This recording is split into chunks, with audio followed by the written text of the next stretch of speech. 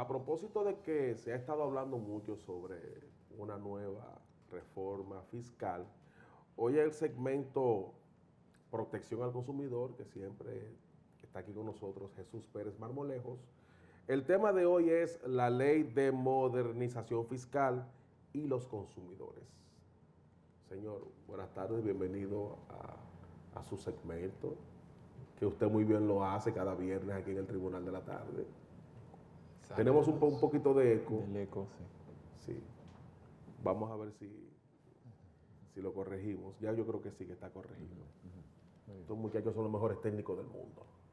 Jesús Sí, Pérez señor. Marmolejos, adelante. Bueno, pues agradecido aquí de estar con ustedes. Saludos a todos. Este tema que está a la vanguardia actualmente en la prensa, en la opinión pública, el proyecto de ley de modernización fiscal y su impacto en los consumidores, qué estrategias, recomendaciones podemos llevar a toda la ciudadanía dominicana con respecto al impacto, a los efectos y consecuencias de si se aprueba este proyecto en las familias dominicanas. Bueno, ¿y cómo sería, digamos, cómo podríamos analizar y medir ese impacto, tomando en cuenta que reforma fiscal es sinónimo de sacrificio? Sabemos de más impuestos para la población dominicana en sentido general, y a pesar de que en discurso siempre se plantea que no va a castigar a los más desposeídos, todo el mundo sabe que al final termina siempre impactando a todo el mundo. Sí, fíjese, el gobierno pues ha propuesto esta modernización para recaudar fondos a los fines de llevar a cabo lo que es el financiamiento de la inversión en transporte, en los servicios sociales, a las personas más vulnerables y al déficit fiscal que tenemos, principalmente el problema eléctrico. Entonces, para evitar buscar financiamiento al exterior, pues ha exigido, ¿verdad?, a través de esta propuesta, a todas las clases a apretar los cinturones para llevar a cabo esta propuesta con fines de largo plazo. Es decir, que al final esto va a impactar a todas las clases, clase alta, clase media y clase media baja, clase baja. Entonces, ¿qué podemos hacer como consumidores, señores? Fíjense, por ahí viene el impuesto a los servicios digitales. Ustedes que tienen Spotify, tienen Netflix, tienen esos servicios, ahí se le va a agregar lo que es el IVA, el impuesto de valor agregado, el anteriormente llamado ITEVIS. 18%. 18. Entonces, el consumidor tiene que priorizar ahora cuáles son sus necesidades. Tiene que ajustarse, porque ahí vienen unos cambios que no sabemos al final cómo se van a desarrollar, porque ahora va a negociación al Congreso. Otra cosa que los consumidores pues, van a tener limitaciones y son las compras por internet. Ustedes saben que hay una exención hasta $200 sin pago de impuestos. Ahora se le va a eliminar esa exención y ya todo va a venir con pago de impuestos de 18% más los servicios, las tasas aduanales. Es decir, por esa vía también tenemos que ver qué podemos hacer, tratar de, antes de que se apruebe, pedir los productos que necesitemos.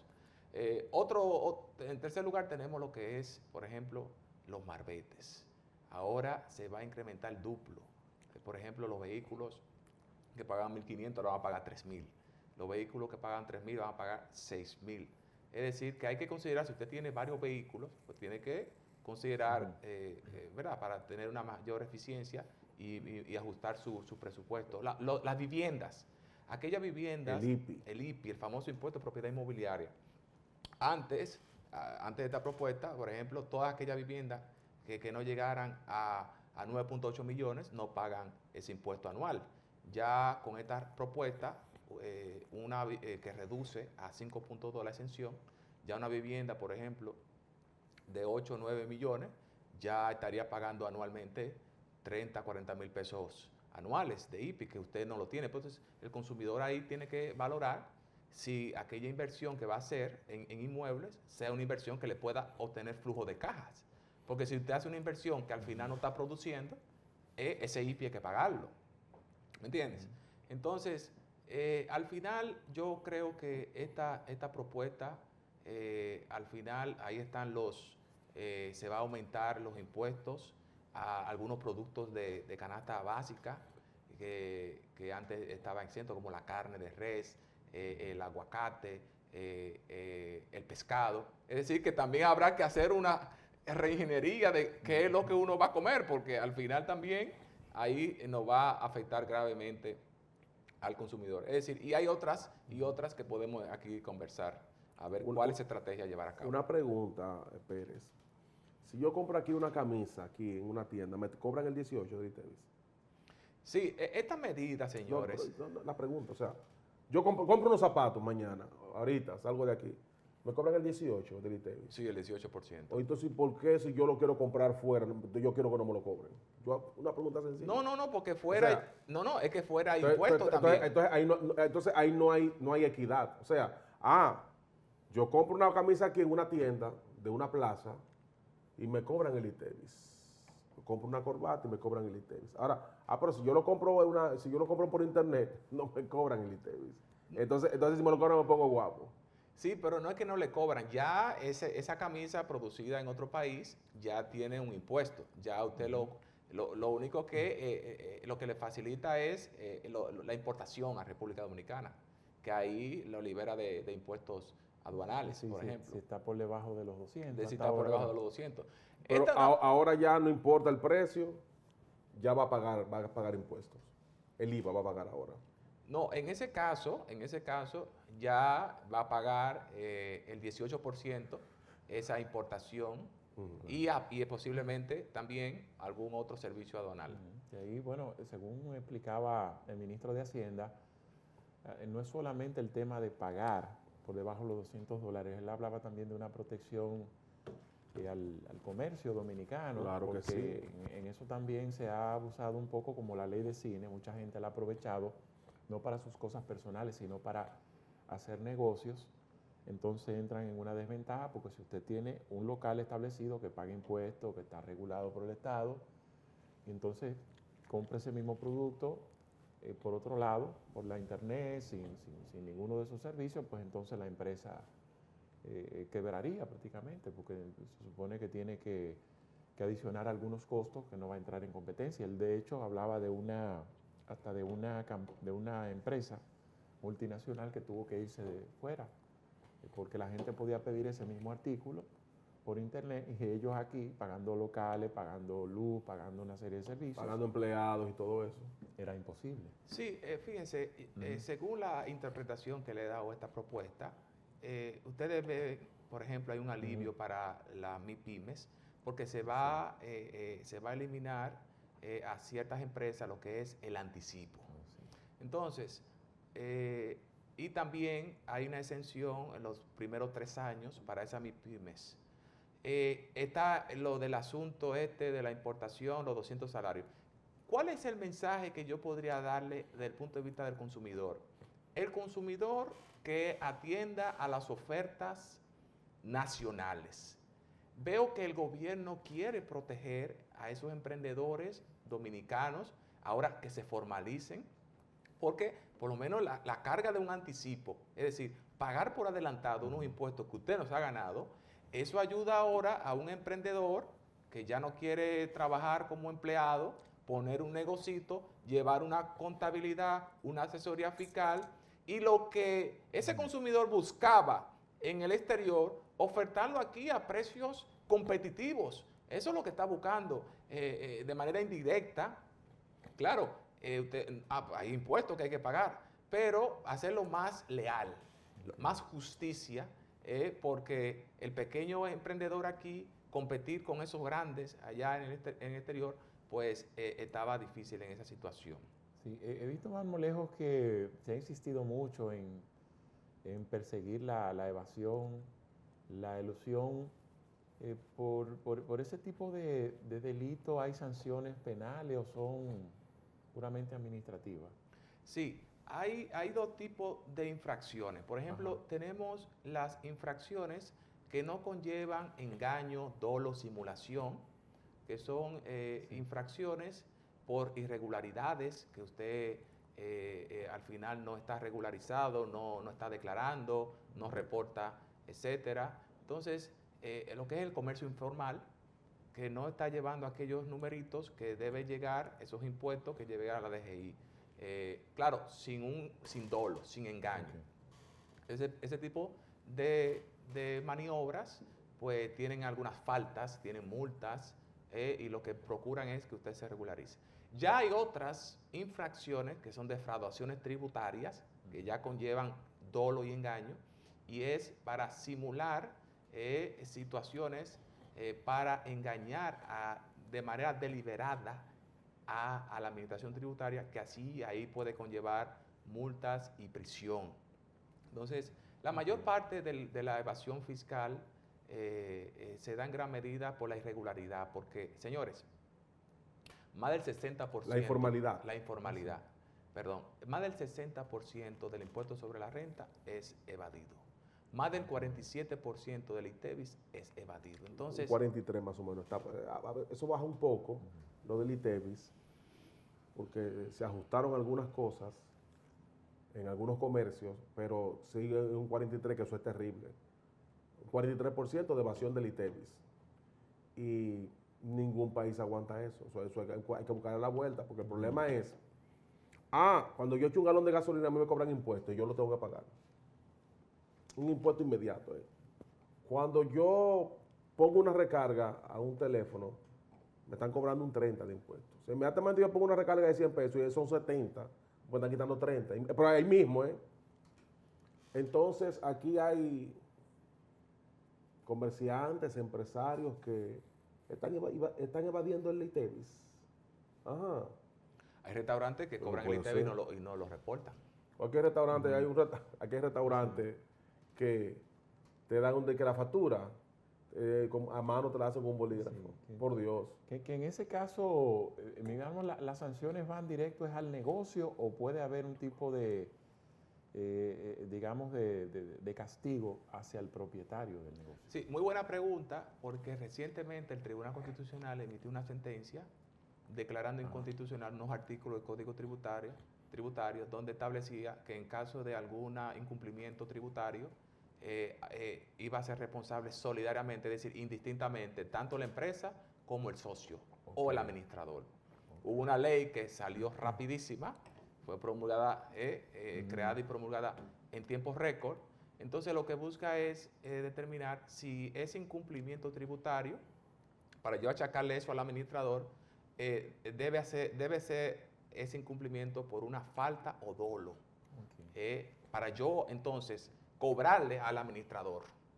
Entonces es como una forma, porque mucha gente aquí tiene un administrador, y entonces ¿cómo es posible que yo, si soy empleado, yo tenga que sufrir la consecuencia más que un socio que es el beneficiario de la ganancia de ese negocio?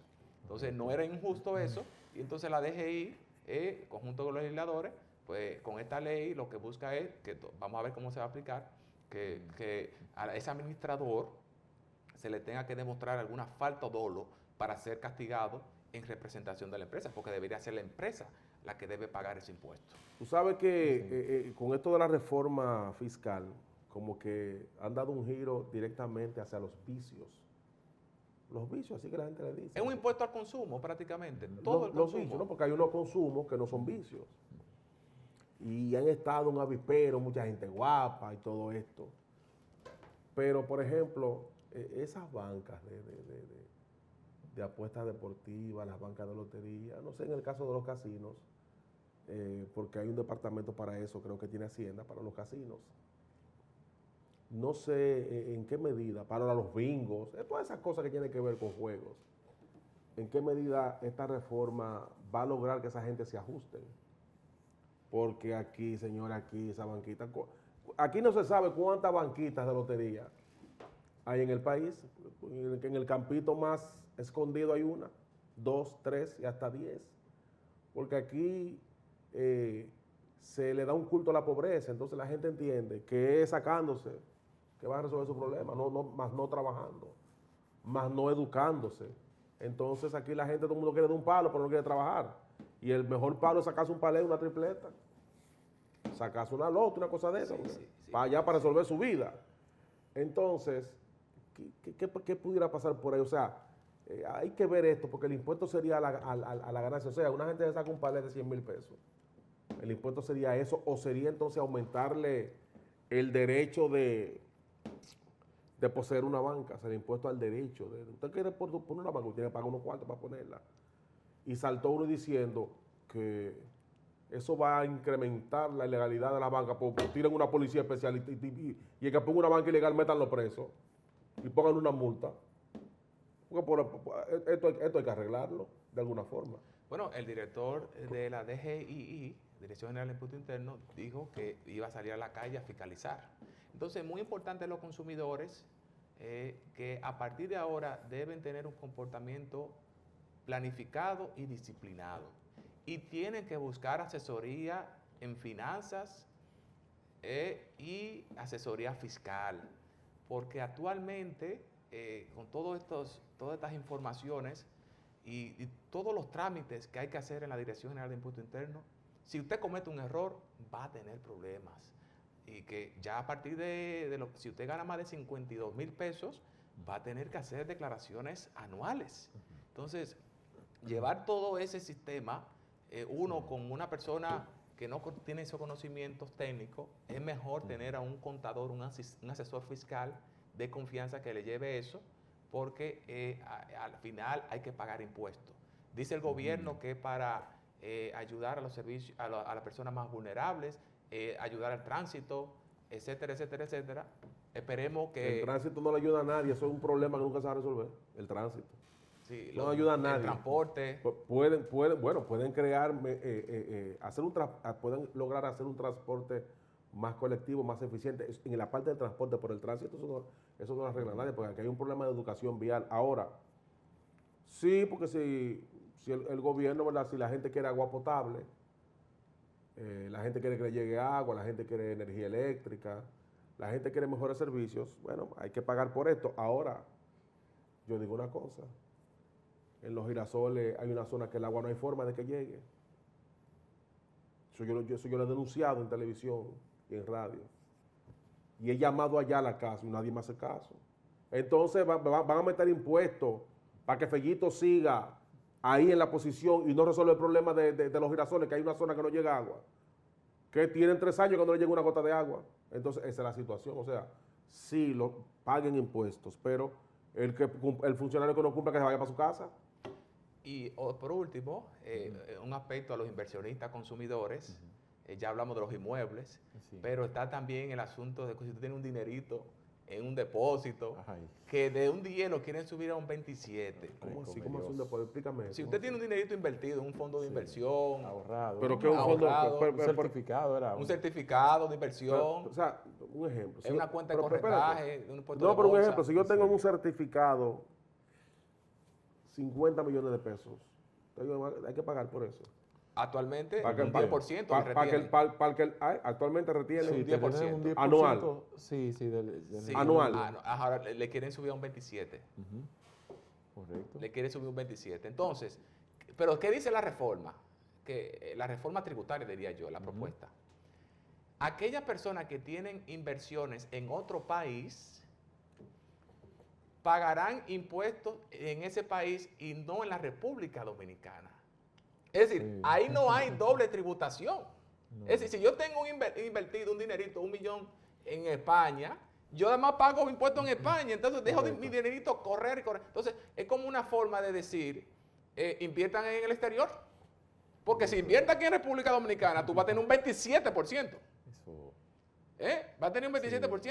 Y aparte, el dinerito que tú, como pensionado, tú ya que tienes tu casita y está alquilada, ahora, si tienes que pagar una retención de un 15%. Es por todos los lados que estamos amarrados. Es por todos los lados.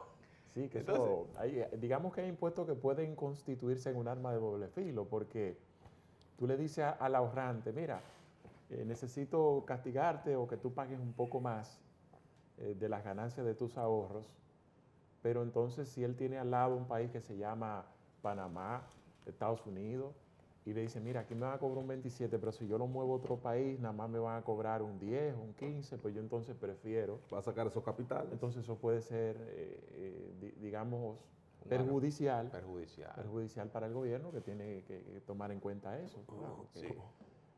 Yo no quisiera, digamos que concluir sin escuchar de Marmolejos su parecer acerca de que las iglesias también paguen impuestos. ¿Estás de acuerdo, verdad? Tiene exenciones, Sí, las sí. iglesias, exoneraciones, un sinnúmero de facilidades que vienen desde el concordato del gobierno con la Iglesia Católica. Y también hay otras iglesias que reciben algunas ayudas. Sí, fíjense. Las iglesias son asociaciones sin fines de lucro. Hay una ley 122.05 de asociaciones sin fines de lucro. Que el Estado no puede llegar a todas las partes. El Estado necesita agentes que puedan llevar alivio económico, social, cultural, a donde no puede llegar. Entonces, ahí están las asociaciones sin fines de lucro y las iglesias son asociaciones sin fines de lucro. Entonces, usted sabe que la religión en la República Dominicana es un aspecto muy importante, muy importante. Yo sé también que se toma para recaudar y hacerse ricos también. Entonces, yo creo que no es el asunto de la exención, yo creo que es la fiscalización. Sí. Aquellas personas que están utilizando las iglesias para hacerse ricos, fiscalizados. Pero aquellas que están llevando a esa comunidad de pobres, le están llevando sus alimentos, sus ropas esenciales, servicios, salud, que el Estado no puede, no llega el Estado, necesita esa colaboración privada. Entonces, a esa no la podemos castigar, porque están haciendo un servicio en representación del Estado. Bueno, muy bien. Distinguido Marmolejo, muchas gracias, como siempre. Prepárese otro tema de la reforma fiscal, que esto no se acaba ahora, Marmolejo. Que siga hablando de esto. Sí, bueno, ya te sabes, y eso y están esas vistas públicas, ¿verdad? Ahí sí, legisladores vistas escuchando. públicas en el Congreso, adentro y afuera, Sí. protestando. Sí. Protestas en unas carpas ahí, y, Bueno. por gente que entiende que la reforma es abusiva, pero ahora es abusiva. Abusivo fue no haberla desarrollado en gobiernos anteriores, porque nos metieron en un problema. Por eso que el presidente actuó con valentía, con guapesa el presidente Abinader, y dijo la reforma hay que tirarla. Sí, aunque, ¿verdad? Como decíamos, él arrastra un pasado que debió reformar la Constitución, pero al mismo tiempo él tiene un gobierno que incurrió en muchísimos préstamos y contribuyó a acelerar ese proceso de reforma. ¿Por qué fueron los préstamos? Entonces es una Ernesto? combinación de dos. Los préstamos también, fueron ¿verdad? por Es eso una mismo. combinación de dos. ¿Qué pasaría si no se Sí. impulsa la reforma ahora? Sí. Le vamos a deber a todo el que presta. No hay que hacerlo, hay que ver. Era Entonces, necesario. esos préstamos también tienen mucho que ver con que la postergación de la reforma, porque gobiernos anteriores mandatarios anteriores solo pensaban en las futuras elecciones y no en las futuras generaciones. Eso fue lo que pasó.